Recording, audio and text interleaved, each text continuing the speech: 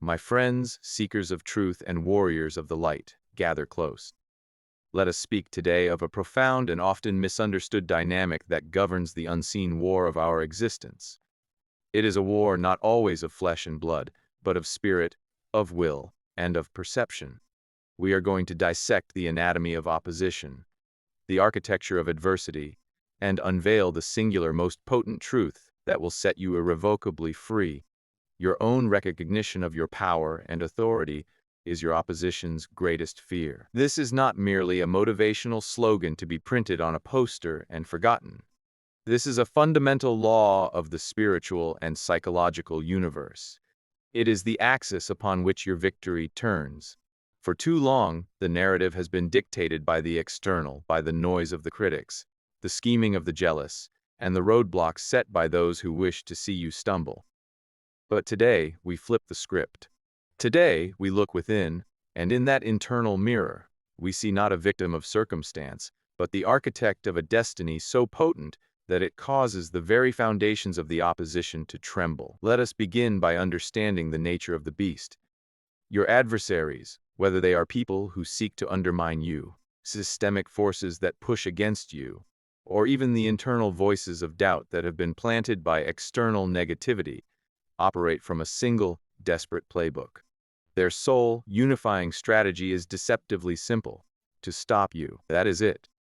Strip away all their complex machinations, their elaborate schemes, their whispered gossip, and their overt attacks, and you will find a core objective that is breathtakingly primitive: to halt your progress, to silence your voice, to extinguish your light. They see you, the chosen one, chosen necessarily for a throne of gold, but for a purpose, for a mission, for a level of impact that your very soul was designed to manifest. You are chosen to bring something into the world that only you can bring, and that terrifies them. Why does it terrify them? Because your light exposes their darkness. Your forward momentum creates a vacuum that threatens to pull them from their stagnant complacency.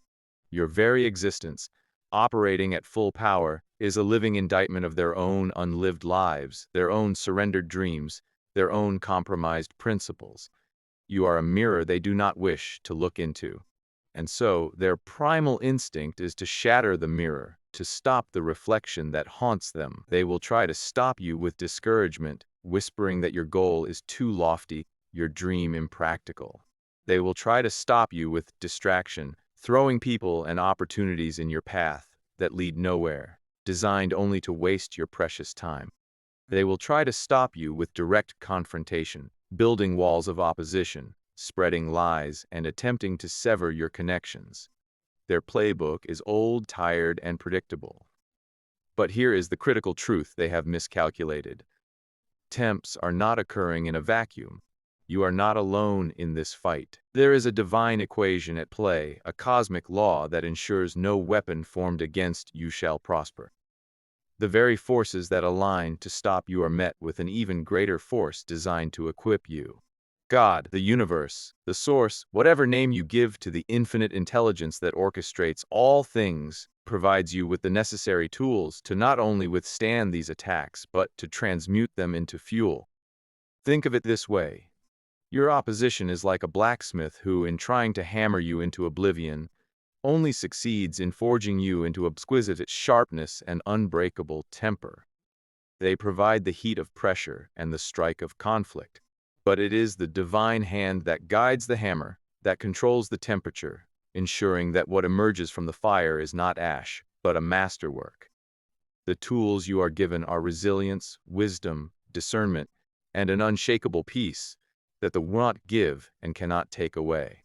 When they attack with hatred, you are given the tool of forgiveness, which severs their power to poison your spirit. When they attack with lies, you are given the tool of integrity, which makes your truth undeniable. When they attack by closing a door, you are given the tool of faith, which allows you to see the window they cannot. This brings us to the second, perhaps most revolutionary point of our discourse. You have already won. This is not a future promise. It is a present reality that you must awaken to. The war for your soul, your purpose, your destiny, it has already been decided in your favor. The enemy's primary tactic, therefore, is not to defeat you in reality, for that is impossible. Their primary tactic is to make you believe you have lost. They are masters of illusion, architects of a false reality. They will construct an elaborate stage and dress it with the props of failure. They will show you a collapsed business and call it defeat. They will parade a broken relationship before you and label it a loss.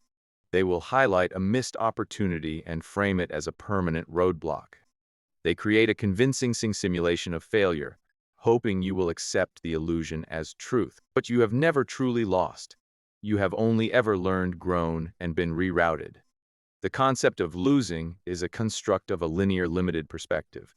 From a higher vantage point, every setback is a setup for a comeback that is exponentially greater than the original plan. Your perseverance in the face of their desperate efforts is not just a personal victory. It is a profound and stinging slap in the face to them. Imagine their frustration, their dismay. They have gathered in their secret councils, devised their perfect plan, pulled every string at their disposal, and waited with bated breath for your collapse. They expected to see you crumple, to hear your whimper of surrender. Instead, they see you standing. Not just standing, but standing taller, with a fire in your eyes that wasn't there before. They see you moving forward, perhaps on a different path, but with a certainty and a power that is undeniable. This is the slap. This is the moment their strategy backfires most spectacularly. Their attempt to stop you has only served to make you more powerful. Their effort to extinguish your flame has only caused it to burn brighter. Fueled by the very oxygen of adversity they provided, you are no longer just the person with a dream. You are now the person who survived the nightmare. You have battle scars, and scars, my friends, are not signs of defeat. They are medals of honor, evidence that you have been to the front lines and returned. Your story now carries a weight, a gravitas, that it could never have possessed without their interference. They have, in their foolishness, made you legendary. And this leads us to the next profound truth. Their failure is your gain. This is the great alchemy of the spirit. The very things your enemies intended for your harm, God intends for your good. They sought to sabotage you, perhaps by taking a person, a friend, a partner, a mentor, whom they believed was essential to your success.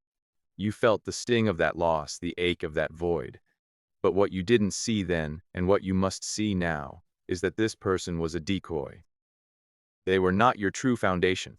Their removal, though painful, cleared space. It left a vacancy that could only be filled by someone or something more aligned with your true destiny. The enemy tried to take a career from you, orchestrating a professional failure or a lost job. You felt the shame, the financial insecurity, the blow to your identity. But that career was a cage disguised as a castle.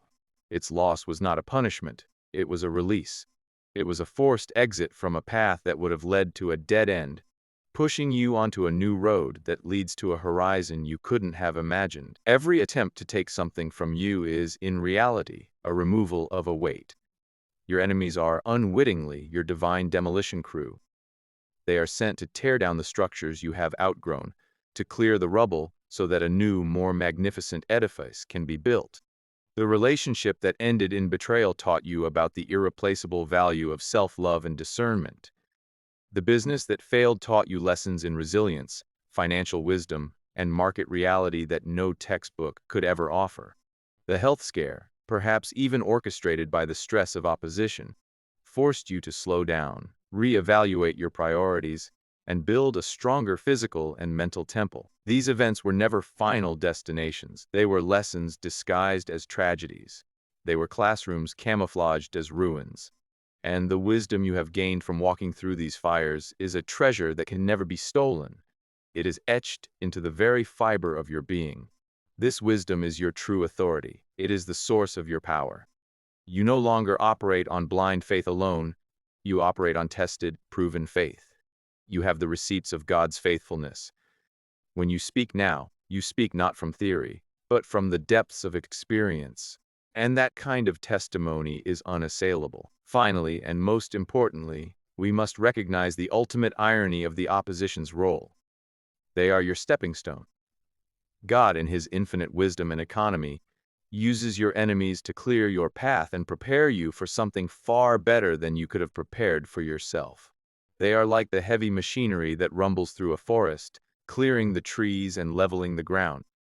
It is noisy, disruptive, and destructive to the old landscape. But its sole purpose is to make way for a new development, a new city, a new creation. While you are being moved, shaped, and elevated, your enemies are left in the wake of their own destruction. Their focus on you becomes their undoing. The energy they expended on hatred and scheming is energy they did not use to build their own lives. The seeds of sabotage they tried to sow in your garden in their own soil, yielding a bitter harvest of paranoia, bitterness, and emptiness. They are left to pick up the pieces of their own lives, wondering why their plans failed, why their joy is absent, why their victories feel hollow. They are trapped in the very rubble they tried to create for you. Meanwhile, your pain, the very instrument of their supposed victory, has only empowered you further. It has given you depth. It has given you compassion for others who suffer. It has stripped away your naivete and replaced it with a shrewd, spirit-led wisdom. You walk now with the quiet confidence of a warrior who knows their strength has been proven in the crucible. The opposition looks at you and sees a mystery, sees someone who should be broken yet stands whole. They see someone who should be bitter, yet radiates peace. They see someone who should have been stopped, yet is advancing with an unstoppable momentum. And that mystery, that unshakable authority, is what terrifies them most of all. So I leave you with this charge. Do not waste another moment fearing the ones who stand against you. Do not give them the power of your anxiety or the real estate of your thoughts. Instead, recognize the truth of who you are. You are not a victim of their schemes. You are the beneficiary of them. Your authority is not granted by your circumstances. It is anchored in your unchanging source. Your power is not derived from the absence of enemies. It is forged in their presence. The moment you fully recognize this, when you look in the mirror and see not a survivor of attacks, but a victor who has used every attack as a rung on the ladder of your destiny, that is the moment your opposition's worst fear is realized. They will see you, and they will know they have lost. Not because you defeated them, but because they were never your true opponents. They were merely the instruments that forced you to discover the throne that was always yours. Rise up. Take your seat. The kingdom is within you.